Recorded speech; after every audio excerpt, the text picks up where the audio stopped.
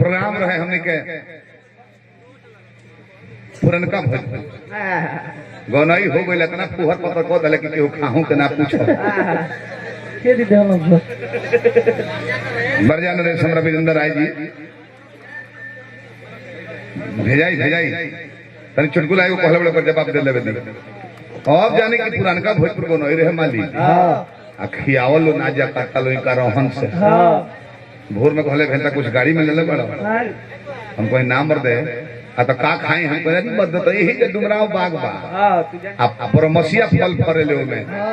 जा कुछ खा ली हो अब गोइले बेचारू ई अब बेंजू वाला मनोज हाई खखनु बाबू एगो नए नए पड़े ई आ ठेकवा वाला जोगिंदर 4 जना गोइल जब गोइलो बाग में 5 बजत रहे भोर जाड़ के मौसम है बारिश भइल ना रहे कुहा रहे अरे तो अमरूदो बा अरे सेव बा केरो बा अरे किस्म किस्म के फल फल फूल देख के केकर मन ना ललच जाई तुर के खाई लो आ ओकरा बाद तुर के बगली में जमा कर अरे हे बाहो आयो आ तले ललक पासी बाड़े आ ही दादा इतना गुरिया गुर दिल के निशान तेज हो कि पानी में पौड़त सांप रहे मार दी थुरवेल ले भी देला और गुरदेव तले मगर कौन है तो कौन है अरे चालू भागे के बाकी भागे देता हूं 3-4 गोइले सांप पिछौ चढ़ा के दूधू के हुना पीठी पर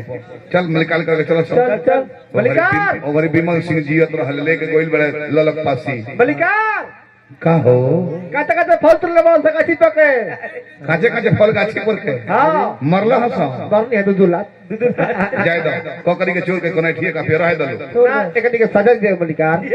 सजा हां तो पहले कानून रहे ना जौन अंग से गलती करबो होई के दंड दिया कहलो कि खाए खातिर तुरल हसा हां हां तो खा लो सो बाकी आउटगोइंग में है खाए के इनकमिंग में है ना पछा वाला जो मुंह दिया ऑटोमेटिक तो राजा के आदेश पालन करे कर है ना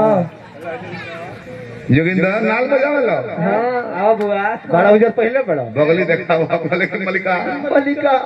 उजर कपड़ा किनले बरी माफ ना कर दे राजा के आदेश पर नौकरी चल जाई बगली में देखलो तो बतिया नींबू तुर ले नींबू कागजी पहले पैंट खोलबा की खोल दी जा कहले कि आदत तो छूट गेल बा मनोज कइला से ना तो पहले हमरे आदत रहे देख ली डाना पहनले बनी खोलने की नाते डाना हटाओ तो मैं बोटाम रहबे ना करे हर दे नीचे गिर जाता एक के हुनाट मरलस निहुर के जक बन गइले नींबू रहे पछले मुंह के लगे धो के अरे बड़ा होल कुल होला जी जाय तो बतिया लम्मी मोरा गइल हो तू बेंजू जी मनोज बेंजू जी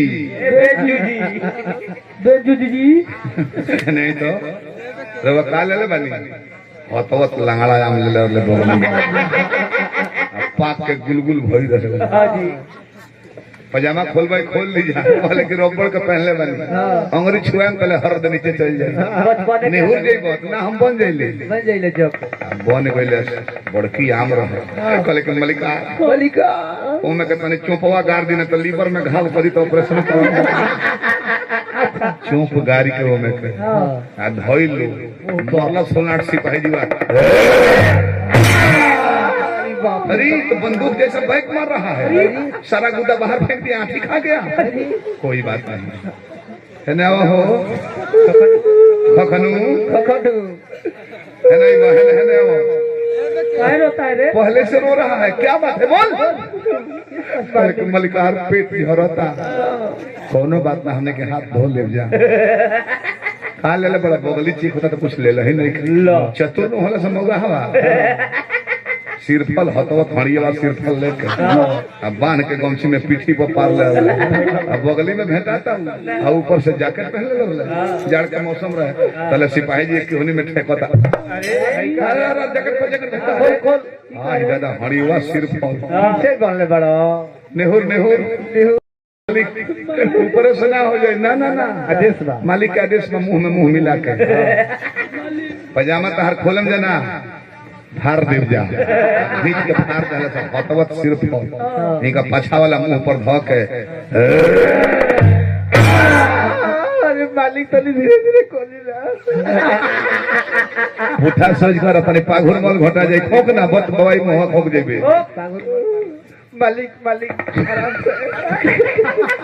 हम अपना मुंह नहीं करो मालिक के तुमरा अंदर उसके आदेश बा नौकरी चल जाए मालिक तनी बेसनीन लगा ली ना आराम अंतिम इच्छा बात ले लो ले लो बेसनीन लेके राजा राजा तने ओ जे रोकले रहो पीले बड़ा दारू तू हम पी लेता करना तो हट तू हट जा जो ना ना पैसा मत हट कहले बात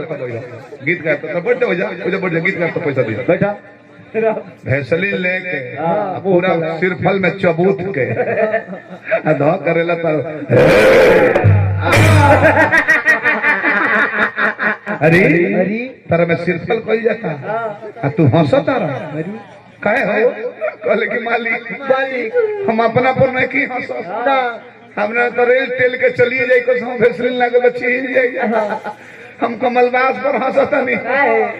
क्यों कटा हवा कटहर लेके हतवता तर उकरा में कैसे जाइए दादा ओकर त गणिए छिला जाई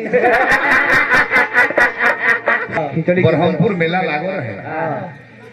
4-5 गो लड़की अपन बाजार कोट तले सब मेलावा में आ तले ओकने करे टकिए ताकत रहे लाइन मारत रहले अरे नती एगो ओही में बनल रहे बबूजी हां आके लगो कहते काका काका बुढ़े क्यों ताक रहे हो कहले कि मन करता व्यवस्था ठीक है खड़ा होला टनकता है ना ना बाकी हो जाई कैसे होम्योपैथी के डॉक्टर एगो बतौले बड़े की व्यवस्था हमर ठीक हो जाई कैसे कहले कि बिना आगी के प्रयोग कइले अगर सुसुम पानी मिली गरम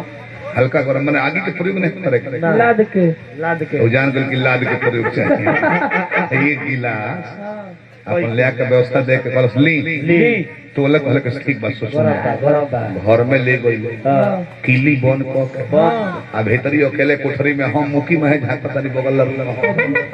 एगो कटोरी में ढार के जी अपन छोटे लाल महतो के निकल ही आ वही में बूढ़ा के कहत रहे कि लो ही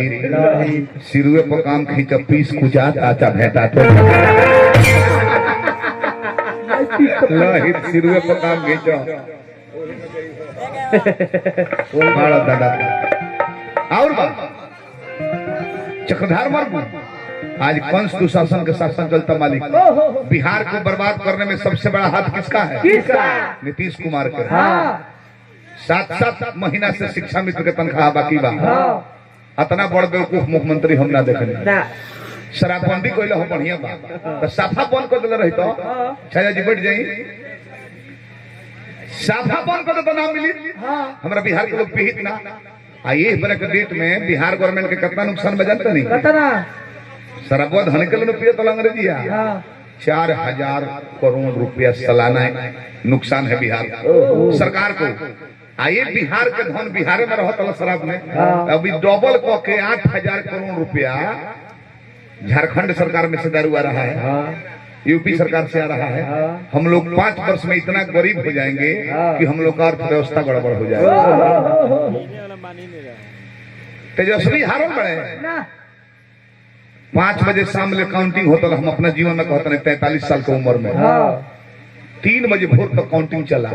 अमित शाह जैसा मंत्री आके यहाँ बैठा हुआ था,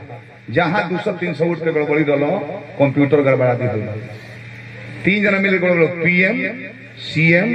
जिला के डीएम ले बीतलो बाकी खुश से माने कि एगो बछरू तेजस्वी नया बछरू न बड़े एगो बछरू पूरा भारत के सांड लोग के सिंहौट के बिक दिल रहे हैं जने के ना आज कंस दुशासन के शासन हो गई बते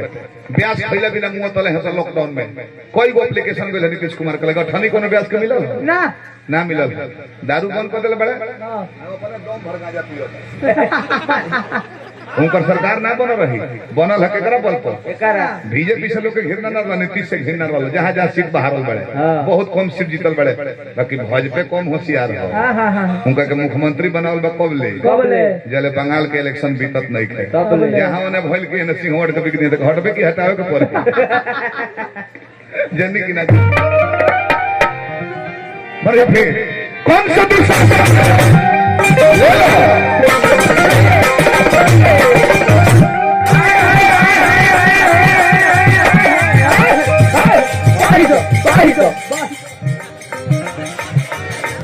एक्सप्रेस न चलिए हियो एक और स्पीड एहू बेरा इतना रहता आ कहा जाता कि 1 घंटा पूर्णावती दिन में गाँव का दिन में उतना स्पीड रखा अरे दे दे कौन सा दुशासन का आज चला प्रशासन कैसे के हुई इज्जत बचाई और की हो कैसे के हुई इज्जत हिंकर पार्टी बढ़िया रहे मेरे कुंवर जी के जने कि ना के वोट दल बड़े मेरी केकरा के जगह के वोट दल बड़े करी एगो सीट नहीं खाने निकलो यही से बुझ जा अब बुझे के करा के दल बड़े हाथ फेल के लइका के एक और बड़ा पुरस्कार फिर हमरा खखनो जी के सौजन्य से के करो तू ही दल तू ना दल हो भादे वाला भैया ले बरजा न दे हरदिया मुना जादू के गाँव है अनिल पांडे जी हैं भैया के बार बार प्रणाम करते जा पद प्रतिष्ठा बना रहे सोनू संग दिल दिल तिल तिल धड़के सोनू संग दिल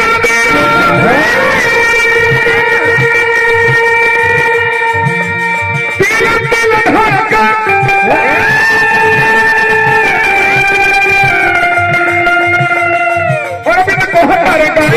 अभी धर्म के